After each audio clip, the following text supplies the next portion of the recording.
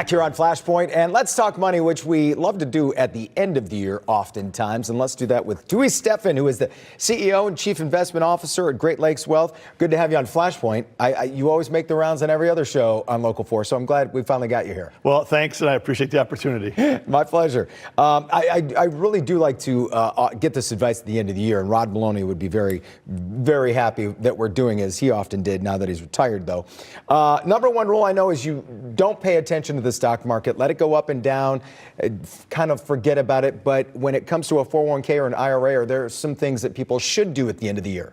Absolutely. So end of the year planning is very important, and a 401k or 403b contribution is certainly part of it. So before we get into that, though, just make sure overall that you have, your orders of operations, you have everything else set for the year as well. So kind of go through it. But related to your retirement planning, 401ks, 403bs, you have maximum amounts you can put in before the end of the year. So let's go ahead and get that done. Is that that's a change, correct? Like you have to actually go in and you can actually up it a little bit. Did that change, or is it just the end of the year? Yeah, no, it's just the end of the year. So 12/31 is the end of the year for the contributions for your 401ks and 403bs for 2025. Okay. What's a little different is IRA contributions actually go until next April 15th. So you get from January 1st, and you don't have to rush to do that by the end of the year. So don't worry about the IRAs as much right now, but the 401ks, 403bs, you have a $23,500 maximum amount you can put in. If you're over 50, I unfortunately, or fortunately am, I suppose, in this conversation, Yep. You can add an additional $7,500. So you can put as much as $31,000 a year away. That's what I was thinking. I knew there was something with us old folks that can... Middle-aged. I like to say firmly middle-aged. We've got a long way to go. And since we're talking about 401ks, is it still, since the market went crazy not too long ago, it goes up and down, we shouldn't freak out about that stuff, right? Just let the money be as it... Yeah, the best thing with 401ks and 403bs when you do it over the year is that you're catching all the different moments. If there's a drop, Friday is payday, it's in. You had no control. If it's up, Friday is payday, you were in. But you're buying units because you buy dollar amounts, which do the math of the price. So when it's lower, you're actually buying more. When it's higher, you're buying less. And so it evens out, and it's called dollar cost averaging. Other things people should do this time of year. We have a couple weeks left before the end of the year. What other little financial things should folks do right now? So number one is deal with debt. And this is ongoing, but before the end of the year. Mark Cuban is famous for saying, what's the easiest way to make 29.99% on your money? Pay off your 29.99% credit card. Yeah. So deal with debt, number one, see where you're at with that. Back to the 401ks and 403bs, if your company offers a match and you're not in at all, you better get your butts in before the end of the year because that's free money. Many companies will do a match, $3,000 a year, $6,000 a year. So if you put in even $1,000, they'll match you the $1,000. So no matter what, get to at least the match maximum. That's free money. You don't want to waste that. And also, if people plan on making a donation, you should do that now because that leads up to tax time, correct?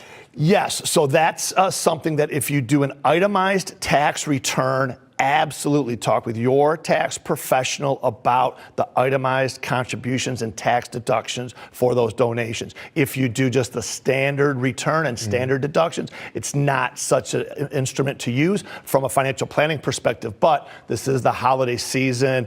Give and give charitably.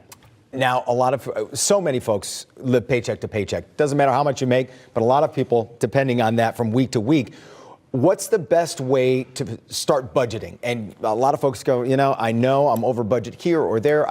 How do you start that process? Yeah, and it's also like, how do you eat an elephant? One bite at a time, right? And so 50%, maybe more of Americans are paid to paycheck to paycheck. So we want to recognize that. But that doesn't mean you're in trouble. It just means you're paycheck to paycheck. Right. So go ahead and add up your paychecks from either last year, this year, or more importantly for estimates for 2026. What will you take home? Not what you get on the top line. You're not trying to brag to your friends or to your spouse. You really want to know what you take home after your deductions and such. And just add that up for the year. You know, whatever it is per month, times it by 12. Here's what we have. And then on the other side, your debt side. So the expenses, those are your credit cards. Just get your bills and go through. And on the bottom line of that, that's just your total expenses and times that by 12, et cetera. So you have your total net income, your total net expenses, and you have to do the math to figure out if you're above water or below or right on. And then you take the paycheck number,